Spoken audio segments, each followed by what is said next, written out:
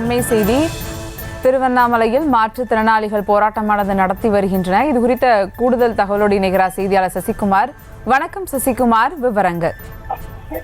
வணக்கம் சுபா. திருவண்ணாமலை மாவட்ட ஆட்சியர் அலுவலக பெருந்திடல் வளாகத்தின் முன்பாக தமிழ்நாடு அனைத்து வகை மாற்றுத்திறனாளிகள் மற்றும் பாதுகாப்போர் உரிமைகளுக்கான சங்கம் சார்பில் 2 அம்ச கோரிக்கைகளை வலியுறுத்தி மாவட்ட ஆட்சியர் இடத்தில் மாற்றுத்திறனாளிகளை ஒப்படைக்கும் போராட்டத்தில் ஈடுபட்டு வருகின்றனர். அந்த காட்சிகளைத்தான் நாம் பார்த்து வருகிறோம்.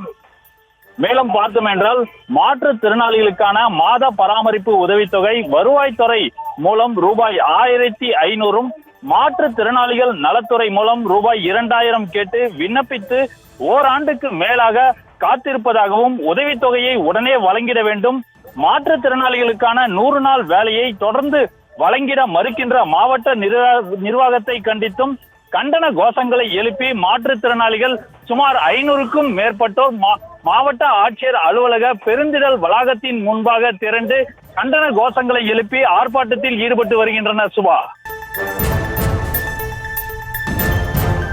விவரங்களுக்கு நன்றி சசிகுமார். செய்திகளை உடனுக்குடனும் துல்லியமாகவும் தெரிந்து கொள்ள சப்ஸ்கிரைப் பண்ணுங்க.